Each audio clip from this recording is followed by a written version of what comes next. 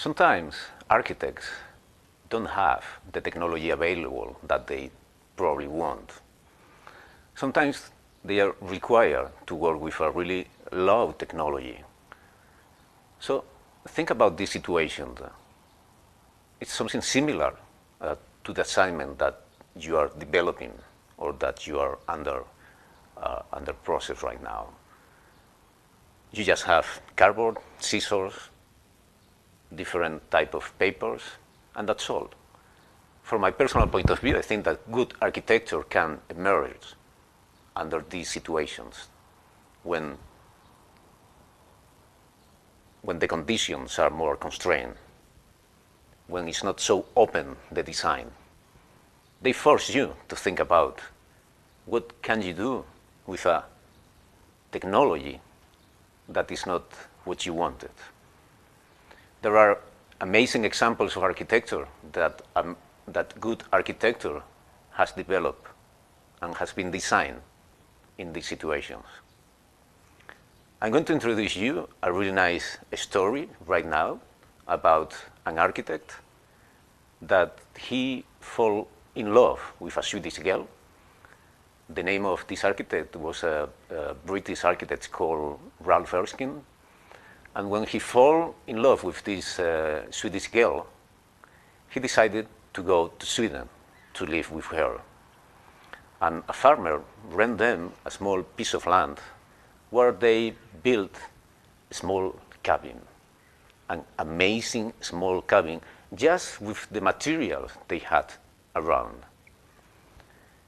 It was a cabin with a kind of window facade open to the south, and a kind of veranda where you can see Ralph Erskine and his wife sitting outside, just with the materials that they can find around, that it was built with timber from the trees that were around.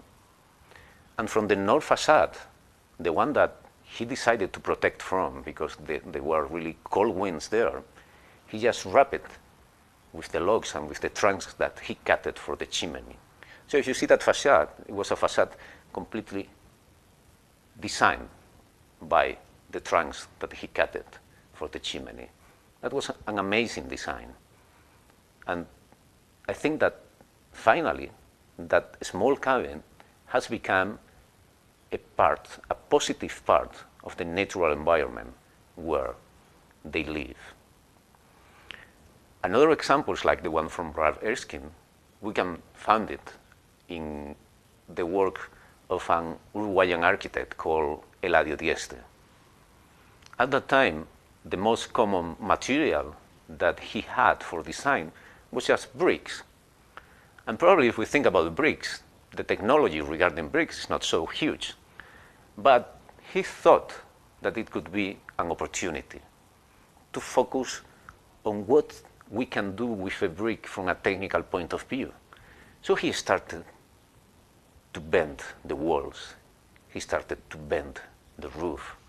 And you can see his designs that were so amazing, building with just material, just one material, the bricks, the roof, the walls, the floor, everything was built with one material. But the most important issue was that he knew that he needed to find a new technique of how to build with just a unique material and from a completely different way that traditionally has been developed with the bricks. So he invented a new construction system regarding the use of the brick. So this is a kind of do-it-yourself exercise. Sometimes this is what architects need to do. Remember, it doesn't matter the material that you have. You can enhance whatever you have available at that moment. Remember Ralph Erskine and his Swedish girl, and remember the bricks and Eladio Dieste. Next video, I will show you how architects has been working with recycling materials. Or let's say in a different way, how can you give materials a second chance?